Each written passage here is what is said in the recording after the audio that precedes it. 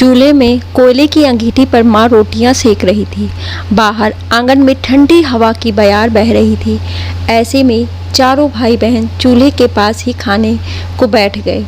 माँ रोटियां सेक सबकी थाली में गर्मा गर्म परोसे जा रही थी कि तभी बड़े भैया काशी बोले, अम्मा आज से मुझे 2 रोटियां ज़्यादा देना, मुझे रात में भूख लग जाती है। देख काशी, तू भले 2 रोटी ज़्यादा खा लिया कर, पर तुझे दूध तो पीनी ही पड़ेगी। आखिर आगे चलकर और ज़्यादा पढ़ाई जो करनी है, इंजीनियर बनना है तुझे। इंजीनियर? माँ ने काशी को समझाते हुए थाली में 2 रोटियां ज़्यादा परोसी। 3 बहनों में सबसे बड़ा काशी माँ बाप की आंखों का तारा है। दोनों को बहुत आस है काशी से कि पढ़ लिख कर इंजीनियर जरूर बनेगा। वहीं एक और लड़के की चाहत में 3 बेटियां काशी से छोटी हैं। तीनों बेटियां में कमाल की बनती है। तीनों एक दूसरे पर जान छिड़कती हैं। और तो और अगर भैया को कोई कुछ बोल दे तो तीनों उसकी जान खा जाती हैं। अब माँ मुझे भी दूध देना, मुझे भी खूब पढ़कर भैया जैसे ही इंजीनियर बनना है। माँ की बातें सुन सबसे छोटी बेटी निम्मी बोली, अरे पागल, इंजीनियर लड़के बनते हैं, लड़की थोड़ो। दोनों बहनें जो उससे बड़ी थीं बोलते हुए हंस पड़ी। चुप करो, तुम दोनों जब देखो उसे सताती रहती हो। कोई नहीं निम्मी, तू इंजीनियर नहीं बन सकती तो क्या हुआ, तेरा ब्याह हम किसी इंजीनियर से करवा देंगे। कहती हुई माँ भी मुस्कुरा उठी। पर निम्मी को बड़ा अजीब लगा कि जब भैया पढ़ लिख कर इंजीनियर बन सकते हैं तो वो क्यों नहीं। क्या लड़की है इसलिए इंजीनियर नहीं बन सकती, या फिर कोई और कारण है? क्योंकि कक्षा में वो गणित में अच्छे नंबर लाती है और विषयों में भी उसकी अच्छी पकड़ है, फिर इंजीनियर काहे नहीं बन सकती? सब लोग तो पढ़कर ही इंजीनियर बनते हैं, तो आखिर लड़का पढ़कर इंजीनियर बन सकता है, लड़की पढ़कर इंजीनियर काहे नहीं बन सकती? 2 दिन से निम्मी के मन में यही सवाल हथौड़ी की तरह चोट कर रहे थे। कक्षा में भी पढ़ने बैठी तब भी यही सोच रही थी कि खेलने कूदने में भी मन नहीं लग रहा था।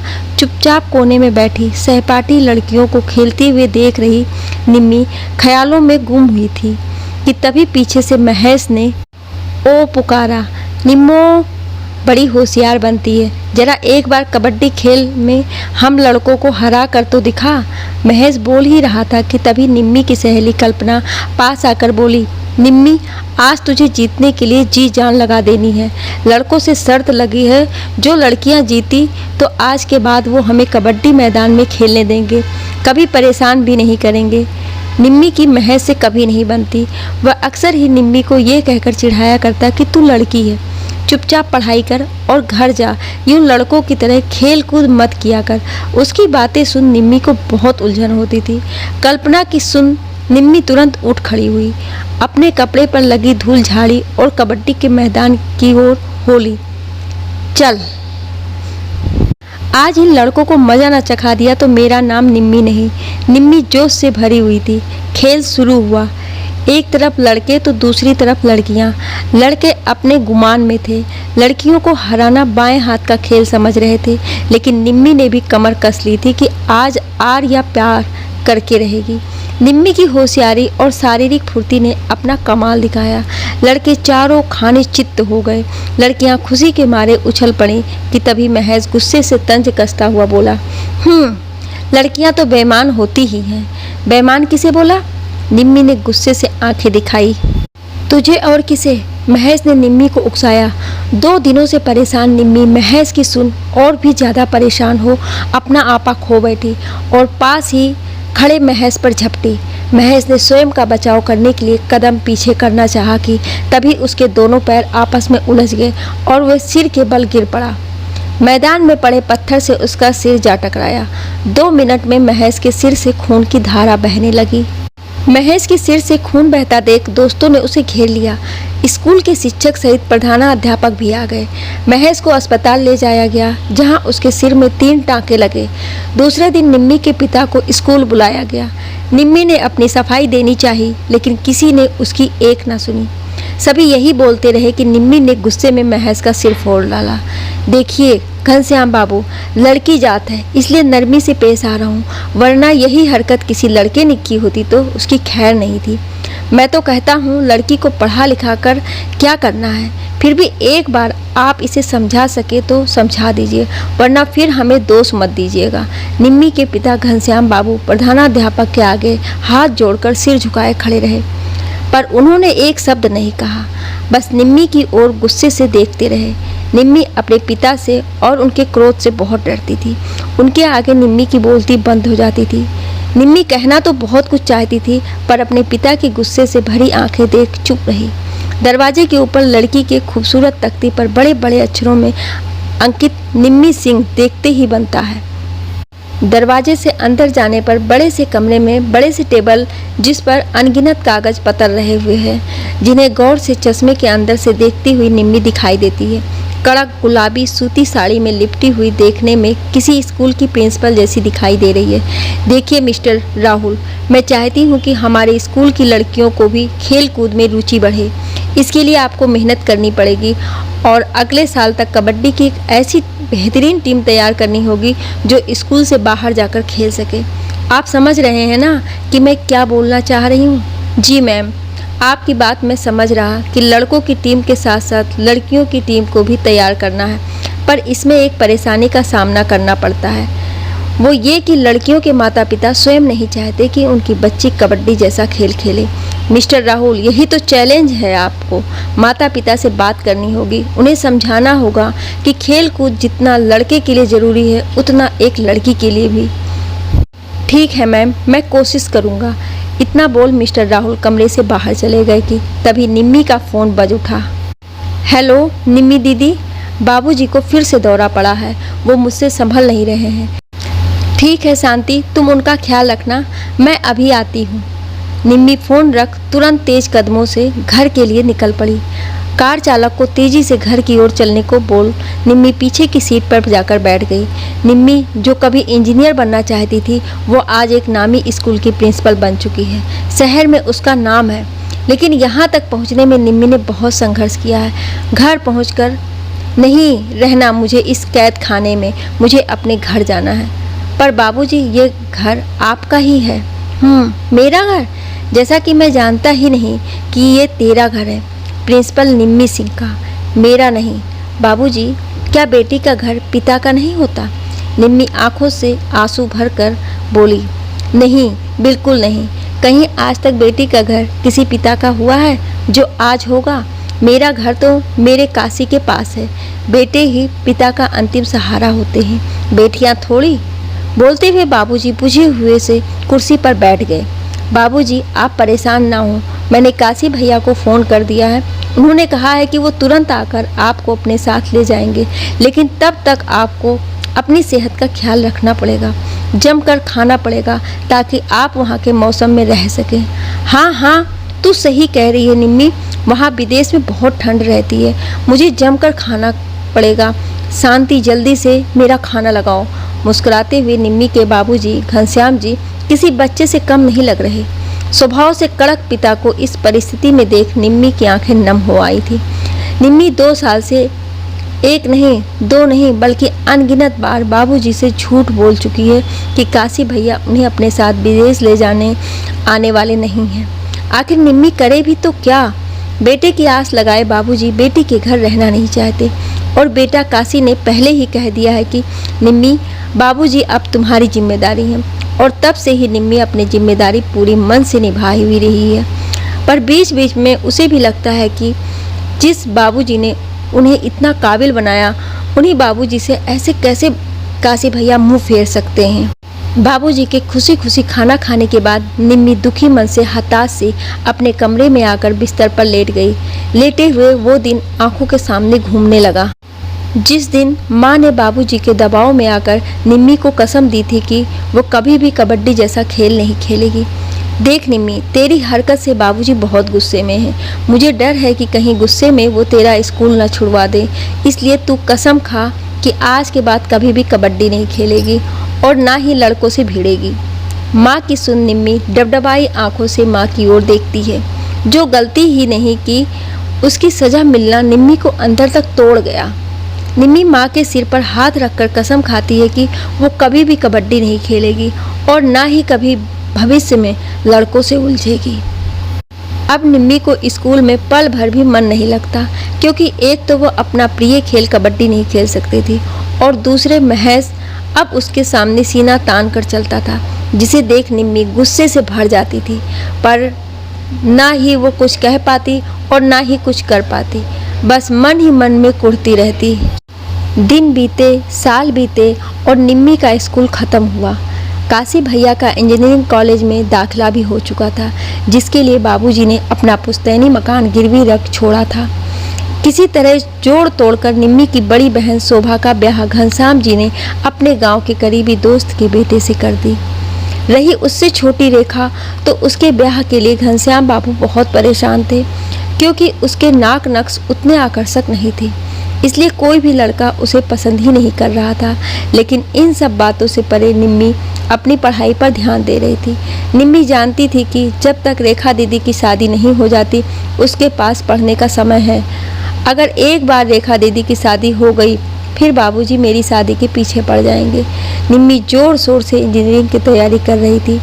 इसी बीच रेखा दीदी की शादी तय हो गई। रेखा का होने वाला पति छगन एक नंबर का निकम्मा था। ना कोई नौकरी करता था, ना ही कोई अपना कारोबार। पिता सरकारी दफ्तर में काम करते थे, बस उसी पैसे पर उसका गुजारा चलता। रेखा को ये रिश्ता बिल्कुल भी पसंद नहीं था, पर बाबूजी के आगे किसकी हिम्मत थी कि वो मुंह खोल सके।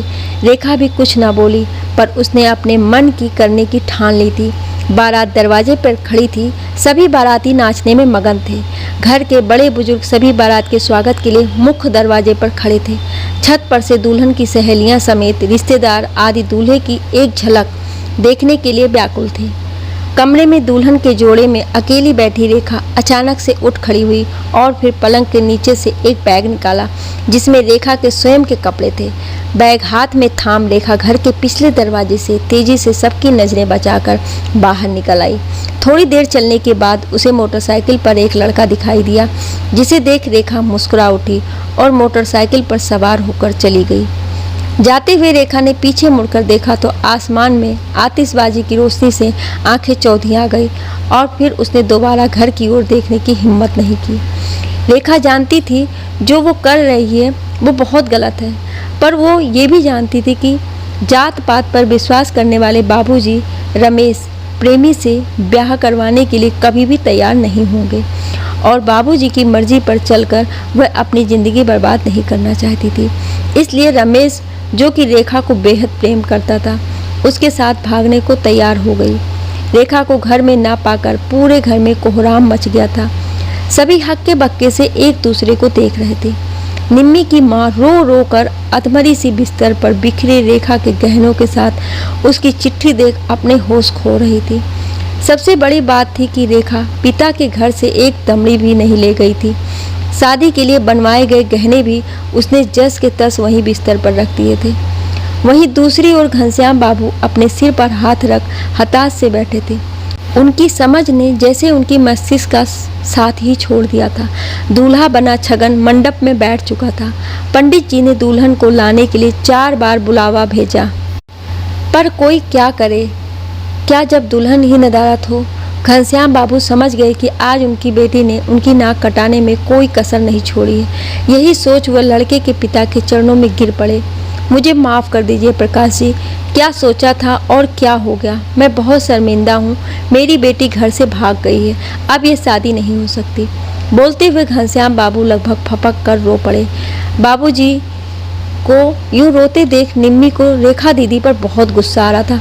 बाबूजी को रोते देख निम्मी भी रो पड़ी। निम्मी की सिसकियां सुन लड़के के पिता निम्मी की ओर आशा भरी नज़रों से देख बोले, घनश्याम बाबू, आप चाहें तो बारात बैरंग वापस नहीं लौटेगी।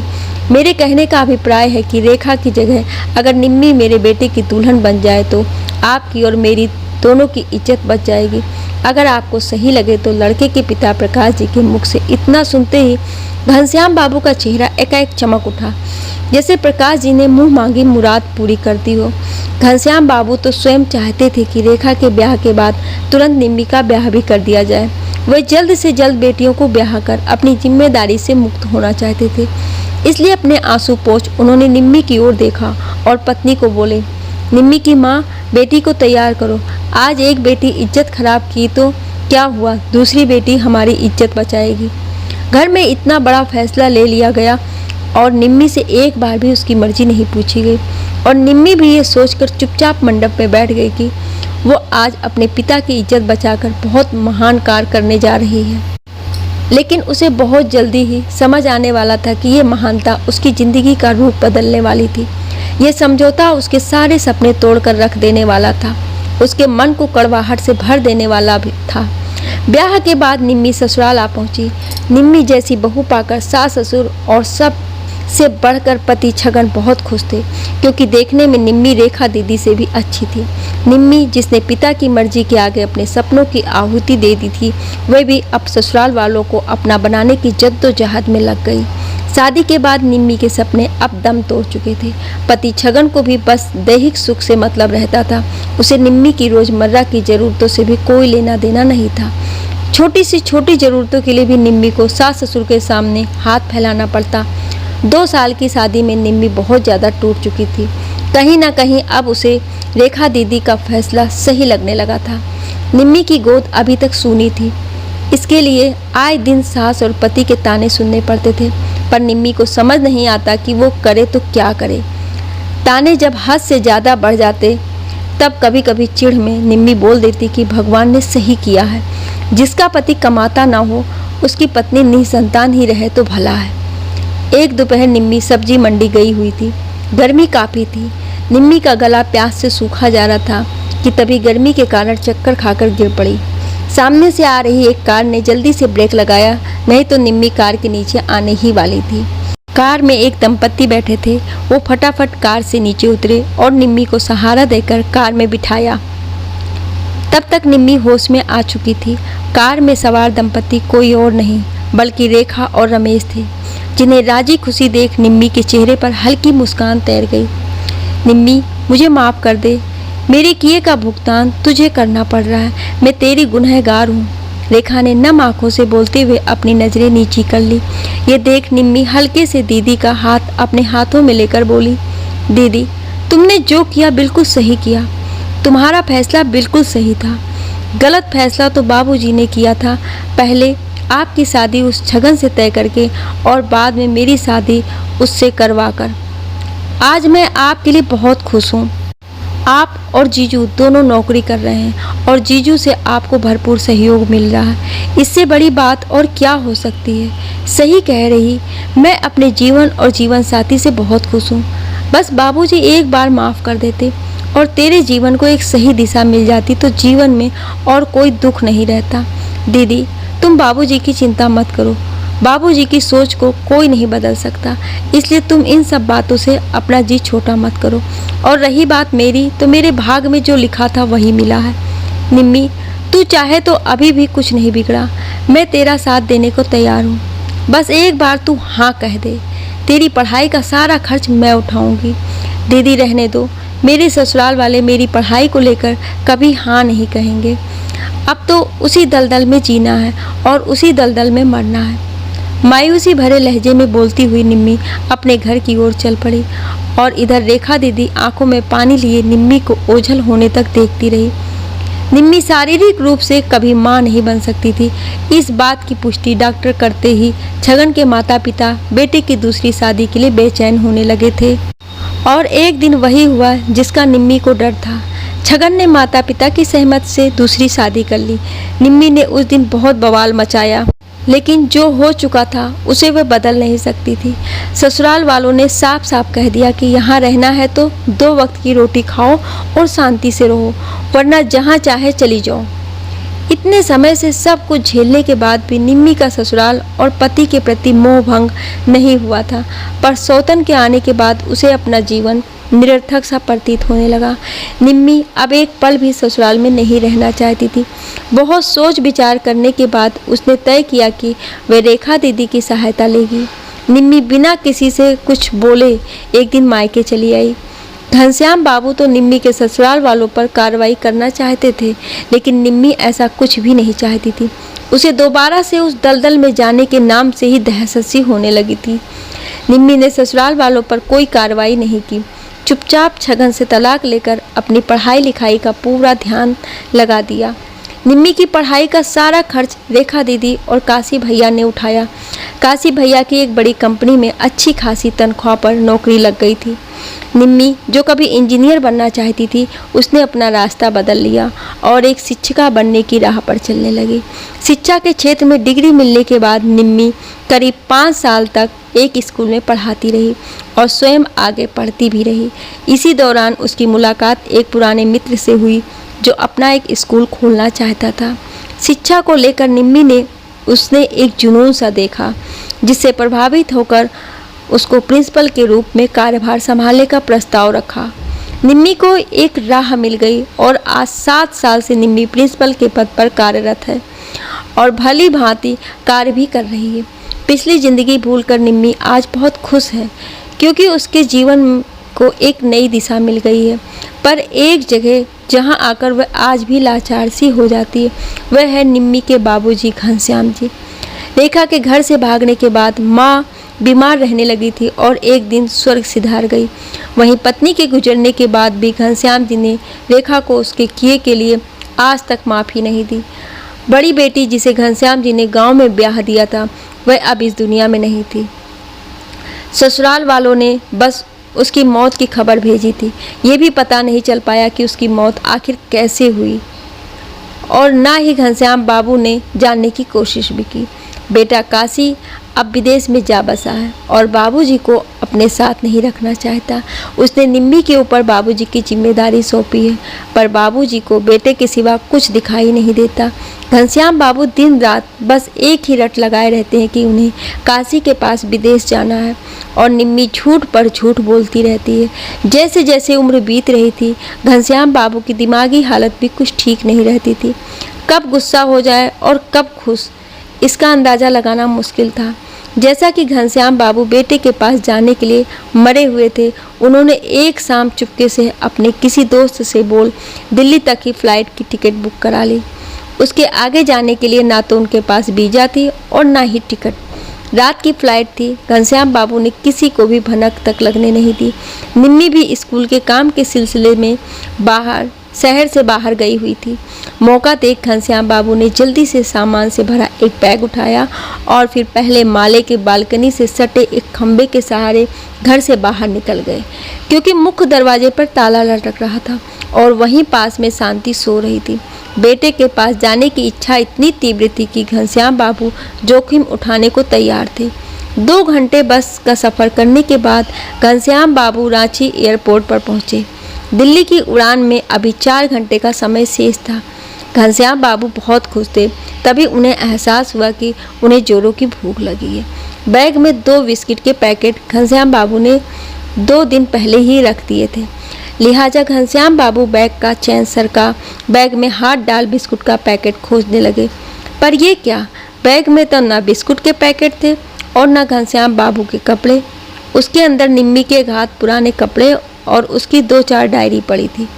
घनश्याम बाबू आनन फानन में अलमारी से कोई दूसरा बैग ही उठा लाए थे।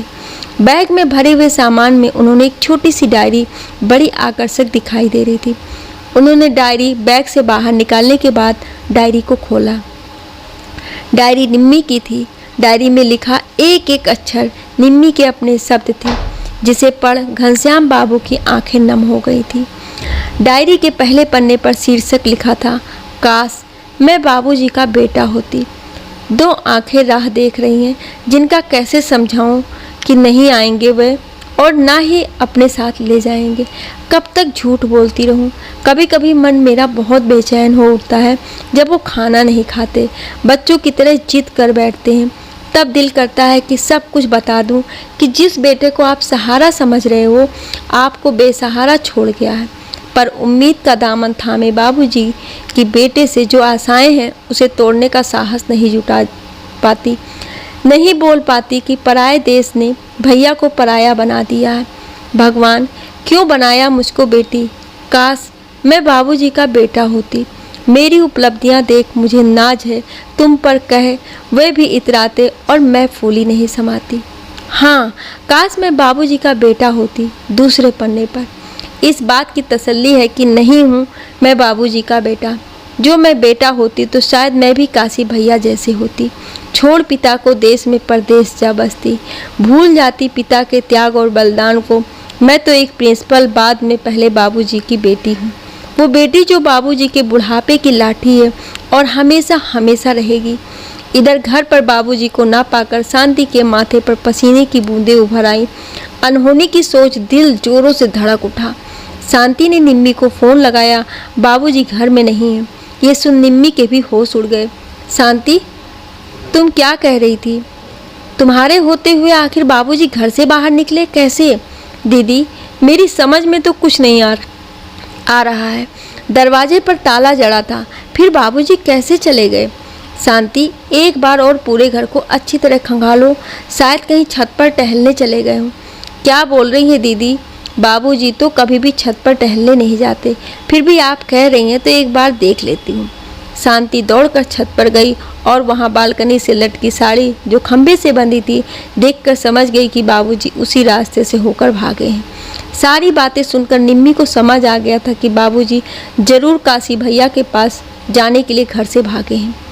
निम्मी को घर पहुंचने में अभी समय था, फिर भी उसने फ़ोन पर जान पहचान वालों से पूछताछ करनी शुरू कर दी थी, पर किसी ने भी बाबूजी को घर से बाहर निकलते देखा ही नहीं था। लिहाजा कोई कुछ भी नहीं जानता था। किसी तरह शाम तक निम्मी शहर पहुंच चुकी थी। घर जाने के बजाय स्थानीय थाने में पहुंची और रिपोर्ट दर्ज कराई। नम आंखें लिए निम्मी घर पहुंची कि दरवाजे पर बाबूजी को देख चौंक गए। आ गई बेटा, जाओ जाकर हाथ मुंह धोकर फ्रेश हो जाओ, आज हम दोनों साथ खाना खाएंगे। घनश्याम बाबू निम्मी के घर पहुंचने से पहले ही घर पहुंच चुके थे और बिल्कुल सहज भी लग रहे थे। फिर भी निम्मी अपने आंसू बहने से रोकने का प्रयास करती हुई बोली, बिना कुछ बताए कहाँ चले गए थे आप? मालूम है मैं कितना परेशान थी, आपके सिवा मेरा है ही कौन? आपको कुछ हो जाता तो? बोलती हुई निम्मी फपक कर रो पड़ी।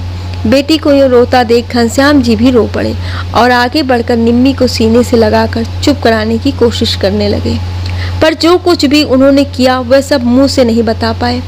निम्मी ने भी ज़्यादा जोर नहीं दिया। 2 दिन बाद जब घनश्याम बाबू के घर से भाग जाने की खबर उस दोस्त तक पहुंची जिसने घनश्याम बाबू को टिकट बुक कराकर दी थी, तब उसने निम्मी को सारी बात बता दी। तब निम्मी को समझते देर न लगी कि बाबूजी काशी भैया के पास जाने के लिए घर से भागे थे, पर बाबूजी वापस घर क्यों लौट आए ये सब निम्मी नहीं जानती थी। एयरपोर्ट पर जब घनश्याम बाबू ने निम्मी की डायरी पढ़ी तब उन्हें अपने लाडले बेटे की सोच पर विश्वास नहीं हो रहा था, इसलिए किसी तरह उन्होंने अपनी पॉकेट डायरी में से बेटे का नंबर निकाला और एयरपोर्ट के अंदर से ही फ़ोन लगाया। करीब 10 मिनट तक रिंग होने के बाद काशी ने फ़ोन उठाया। हेलो काशी बेटा, कैसे हो? तुम्हारे लिए एक अच्छी खबर है, मैं आज तुम्हारे पास रहने आ रहा हूँ, हमेशा हमेशा के लिए। पिता के मुंह से इतना सुनते ही काशी का पारा बढ़ गया और लगभग चिल्लाते हुए बोल पड़ा, आपका दिमाग खराब हो गया है यहाँ आकर? आप क्या करेंगे? ना तो यहाँ की भाषा समझ आएगी और ना ही मौसम रास आएगा। ऐसे में बीमार पड़ने से कोई नहीं बचा सकता। अब आप बताइए कि परदेश में मैं नौकरी छोड़कर आपकी देखभाल कैसे कर पाऊँगा? इसीलिए जहाँ हैं वहाँ शांति से रहें, इसी में सभी की भलाई है। बेटे की सुन इससे पहले कि घनश्याम बाबू कुछ बोलते काशी ने फ़ोन कट कर दिया। उस दिन के बाद से अब घनश्याम बाबू कभी भी बेटे के पास जाने की जिद नहीं करते। उनके स्वभाव में भी काफ़ी बदलाव आया है। बेटे ने दिल तोड़ा जरूर है, लेकिन इस बात की तसल्ली घनश्याम बाबू को है कि निम्मी ने इस बात का एहसास कभी नहीं कराया। आज रविवार है, निम्मी सुबह सुबह तैयार होकर घर से बाहर निकलने को है कि तभी श्याम बाबू निम्मी को तैयार देख आश्चर्य से बोले, आज भी स्कूल जाना है? नहीं बाबूजी, वो हमारे स्कूल की लड़कियों का दूसरे स्कूल की लड़कियों के साथ आज कबड्डी का मैच है, बस उसी के लिए जा रही हूँ। वाह, कबड्डी का मैच और वो भी लड़कियों का, सुनने में बहुत रोचक लगता है। तुम कहो तो मैं भी देखने चल सकता हूँ। घनश्याम बाबू ने इतना कहा ही था कि निम्मी के चेहरे पर एकाएक आर के भाव उभर आए, क्योंकि बाबूजी को बचपन से लड़कियों का खेलना कूदना पसंद नहीं था। हाँ हाँ बाबूजी, आप भी चल सकते हैं। निम्मी का इतना कहना था कि घनश्याम बाबू मिनटों में तैयार होकर आ गए। गाड़ी में बैठ दोनों बाप बेटी घर से बाहर निकल आए। निम्मी ने देखा बाबूजी के चेहरे पर हल्की मुस्कान तैर रही थी। इस बदलाव को देख निम्मी भी खुश नजर आ रही थी। बाबूजी जाते जाते सोचने लगे कि मैं तो वह कस्तूरी मृग हूँ जिसकी नाभि में ही सुगंध रहती है और वह पूरे वन में उस सुगंध को तलाश करता फिरता है। समय रहते मुझे इस बात का एहसास हो गया कि निम्मी ही मेरा असली बेटा है। ये सोचते हुए बाबूजी मुस्कुराते जा रहे थे और निम्मी बाबूजी के मनोभावों से अपरिचित उनकी खुशी में खुश हो रही थी।